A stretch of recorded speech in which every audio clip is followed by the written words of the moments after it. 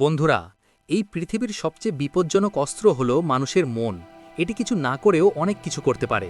সিনেমাটি খুবই আকর্ষণীয়, শেষ পর্যন্ত সাথে থাকুন। সিনেমাটি শুরু হয় ১৯৫৬ সালে শিকাগোতে ঘটে যাওয়া একটি দৃশ্য দিয়ে। লিওনার্ড নামে একজন দর্জি তার দোকানে আসে এবং দোকানটি পরিষ্কার করে। সে তার সরঞ্জামগুলি সাজিয়ে নেয় এবং তারপর নিজের জন্য কফি তৈরি করে। ঠিক তখনই মেবেল নামে একজন মহিলা রিসেপশনিস্ট প্রবেশ করেন। দর্জির ঘরে একটি চিঠির বাক্সও ছিল, যেখানে লোকেরা চিঠিপত্র ফেলে দিত, কিন্তু দর্জি তাতে পাত্তা দেয়নি। ঠিক তখনই রিচি নামে একজন সুদর্শন যুবক আসে। সে এখানে চিঠিগুলা নিতে এসেছে। সে বলে, এত সুন্দর স্যুটটা কি তুমি আমার ড্যাডের জন্য বানাচ্ছ? দর্জি বলে, না, এটা অন্য কারোর জন্য। তখন রিচির বন্ধু তাকে একটা চিঠি দেখায়, যেটার মধ্যে একটা চিহ্ন ছিল। সে দর্জিকে বাহিরে যেতে বলে। দর্জি বাহিরে গিয়ে দরজাটা লাগিয়ে দেয়। মেবেল দর্জিকে বলে, তুমি সারা দুনিয়া ঘুরে তোমার দোকান খোলার জন্য এই জায়গাটি খুঁজে পেয়েছো? টেলার জিজ্ঞাসা করে, কেন, এই জায়গাটির কি সমস্যা? সে বলে, গ্যাংস্টাররা এখানে আসে। টেলার বলে, এগুলো সব জায়গায় থাকে। আমার শুধু একজোড়া কাঁচি আর তোমার মতো একজন সহকারীর প্রয়োজন। আমি এই কাজ যে কোনো জায়গায় করতে পারি। রিচি আর ফ্রান্সিস চলে যায়। মাস্টারকে সাহায্য করার সময় মেবেল বলে, আমি রিচিকে মোটেও পছন্দ করি না। মাস্টার বলে, এটা আমাদের গ্রাহক, আর গ্রাহক ভদ্রলোক হোক বা গুন্ডা, একজন গ্রাহক গ্রাহকই হয়। মাস্টার আসলে তাকে তার মেয়ের মতোই ব্যবহার করতেন, কিন্তু মেবেল লন্ডনে গিয়ে বসতি স্থাপন করতে চেয়েছিল। মেবেল চলে যায়। মাস্টার তার কাজ শেষ করে, রাতের খাবার খায় এবং সেই রাতে সেখানে কাজ করতে করতে ঘুমিয়ে পড়ে। তারপর মধ্যরাতে গেট খোলার শব্দে মাস্টার জেগে ওঠে। মেবেল আর রিচি সেখানে ছিল। আশ্চর্য না ব্যাপারটা? যেই মেয়েটা গতকাল রাতে যার নামে বদনাম বলতেছিল, সে আজ তার সাথে যায়। যাই হোক, টেলার তার বিছানায় গিয়ে ঘুমের ভান করে আর তারা চলে যায়।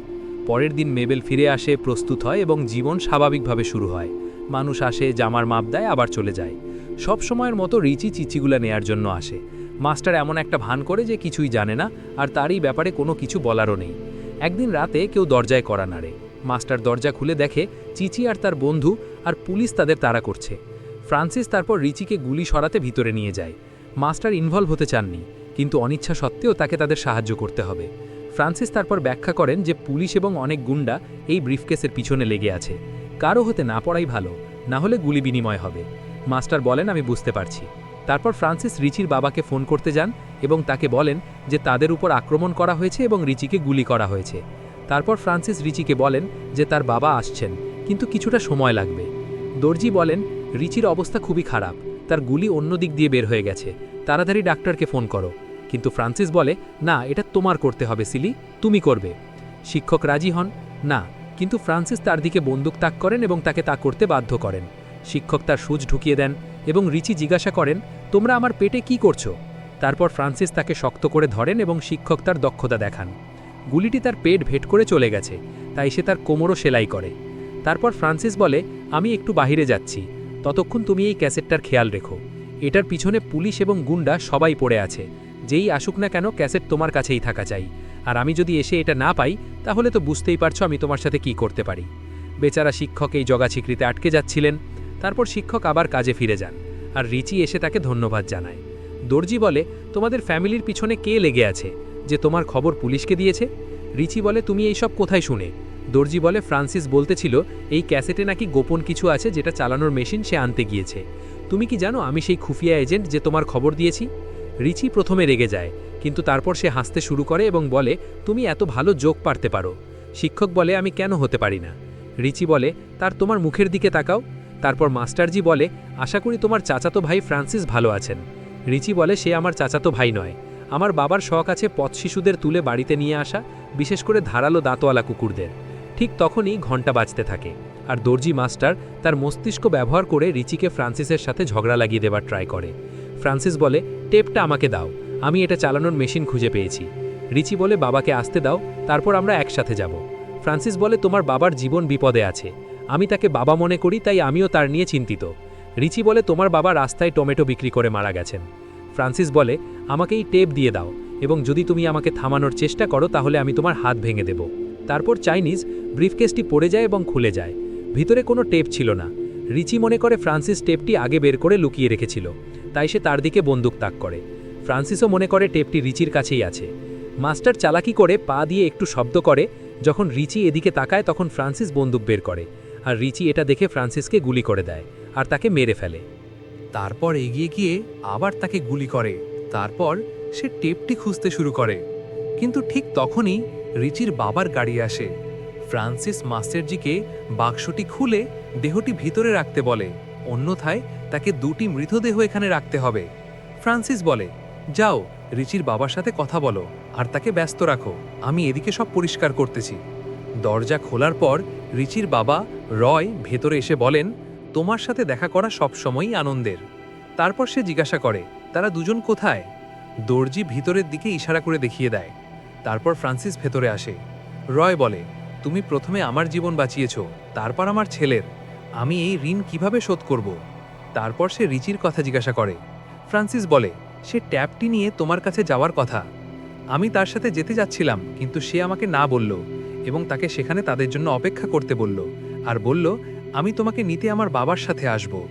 তারপর রয় বাইরে যায় এবং তার লোকদের ফোন করে জিজ্ঞাসা করে যে রিচি বাড়িতে এসেছে কিনা। তারা বলে না।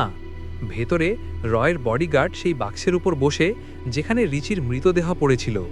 ফ্রান্সিস এবং টেলরের তখন অবস্থা খারাপ। তারপর যখন রয় ভেতরে আসে, ফ্রান্সিস বলে তাকে বাইরে গিয়ে তাকে খুঁজে বের করতে হবে এবং আমাদের মাস্টারকেও বাড়িতে যেতে দেওয়া উচিত। সে আমাদের অনেক সাহায্য করেছে।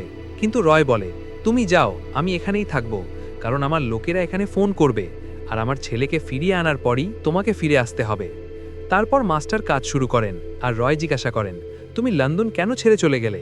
মাস্টার বলেন, সেখানে নীল জিন্সের আক্রমণ হয়েছিল আর যেহেতু আমি একজন দর্জি, তাই আমাকে লন্ডন ছেড়ে যেতে হয়েছিল। আমি ওখান থেকে একজোড়া কাঁচি নিয়ে এখানে এসেছি। আমার কাঁচি সবসময় আমার সাথেই ছিল। রয় বলে, আমাদের সবসময় 2টি পছন্দ থাকে। আমি কাঁচির পরিবর্তে এই বন্দুকটি বেছে নিয়েছি। ঠিক যেমন তুমি কাটার পর অতিরিক্ত কাপড় ফেলে দাও, আমি মৃতদেহ ফেলে দিই এবং আমি তোমাকে এই সব কথা এই জন্যে বলতেছি কারণ রিচির কোট তোমার পিছনে ঝুলছে। সে এটা না পরে বাইরে যায় না, তাও আবার ডিসেম্বর মাসে। তাই এখানে কি ঘটেছে তা আমাকে সত্যি করে বলো। দর্জি মাস্টার বলে, আমি তোমার কাছ থেকে কিছু গোপন করছি না। তারপর রয় তার বডিগার্ডকে ডেকে বলে, যদি সে আমার 5 গুণার আগে তার মুখ না খোলে, তাহলে তার মাথার খুলি উড়িয়ে দাও। মাস্টার বলে, ফ্রান্সিস আমাকে মুখ খুলতে নিষেধ করেছে। মাস্টার বলতে যাচ্ছিলেন, ঠিক তখনই ফ্রান্সিস সেখানে পৌঁছান এবং মেবেলও তার সাথে থাকে। তখন রয় বলে, আমাকে বলো আমার ছেলে কোথায়? কেউ তোমাকে কিচ্ছু বলবে না। এখন বেচারা মাস্টার আটকা পড়েছে, কারণ যদি সে মুখ খোলে ফ্রান্সিস তাকে মেরে ফেলবে এবং যদি সে চুপ থাকতো তাহলে রয়ের লোকেরা তাকে মেরে ফেলবে।